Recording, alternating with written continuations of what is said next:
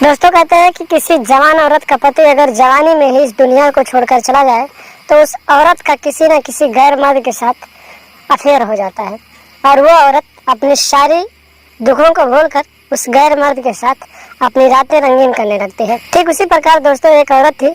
जिसका पति बहुत कम ही उम्र में इस दुनिया को छोड़कर चला गया था और फिर वो एक गैर मर्द के साथ प्रेम प्रसंग कर लेती है और फिर उसी के साथ रातें रंगीन करने लगती है। दोस्तों उस औरत के पास एक 8 साल का बच्चा भी होता है और जब वो औरत रोज रात को अपने प्रेमी को बुलाकर अपने ही घर में रातें रंगीन कर रही होती है तो एक दिन उसका बच्चा अपनी माँ के इस हरकतों को देख लेता है और विरोध करता है। तो फिर वो माँ कुमाता बन जाती है और फिर अपने ही बच्चे को जान से मार डालती है। तो दोस्तों क्या है पूरी घटना और क्या है पूरी कहानी वीडियो में आपको बताते हैं, लेकिन उससे पहले आप लोगों से वही रिक्वेस्ट है कि आप लोग अगर चैनल पर नए हैं तो एक लाइक वीडियो को जरूर कर दें और चैनल को सब्सक्राइब जरूर कर दें। नमस्कार दोस्तों, स्वागत है आप सभी का हमारे ASN क्राइम अफेयर चैनल में। दोस्तों ये घटना राजस्थान के अलवर जिले की है जहाँ पर एक सविता नाम की औरत रहती थी जिसकी शादी को अभी लगभग 12 साल हो गए थे। दोस्तों इन 12 साल के बीच में उसका एक बेटा भी हुआ, वो लड़का उसका 8 साल का था। दोस्तों एक दिन की बात है,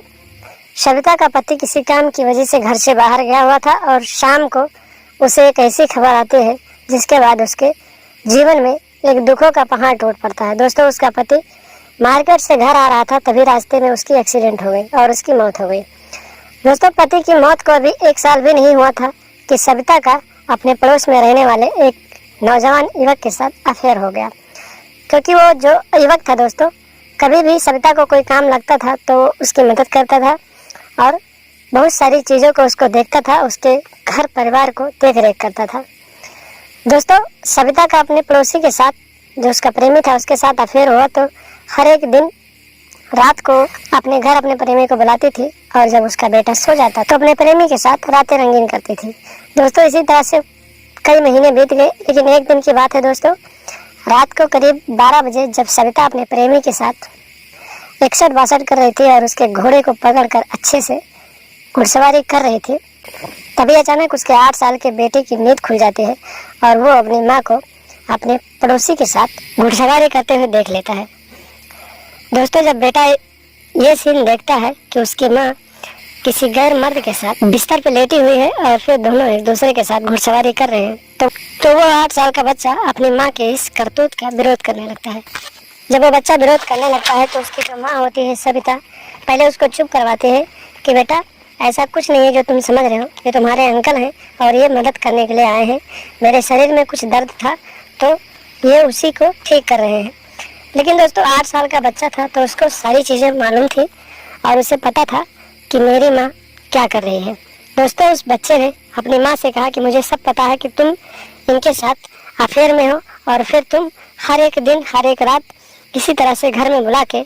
इसके साथ नाजायज रिश्ता स्थापित करती हो। यह बात मैं सुबह होते ही सबको बताऊंगा और पुलिस थाने में जाकर इस इंसान के खिलाफ रिपोर्ट लिखवाऊंगा।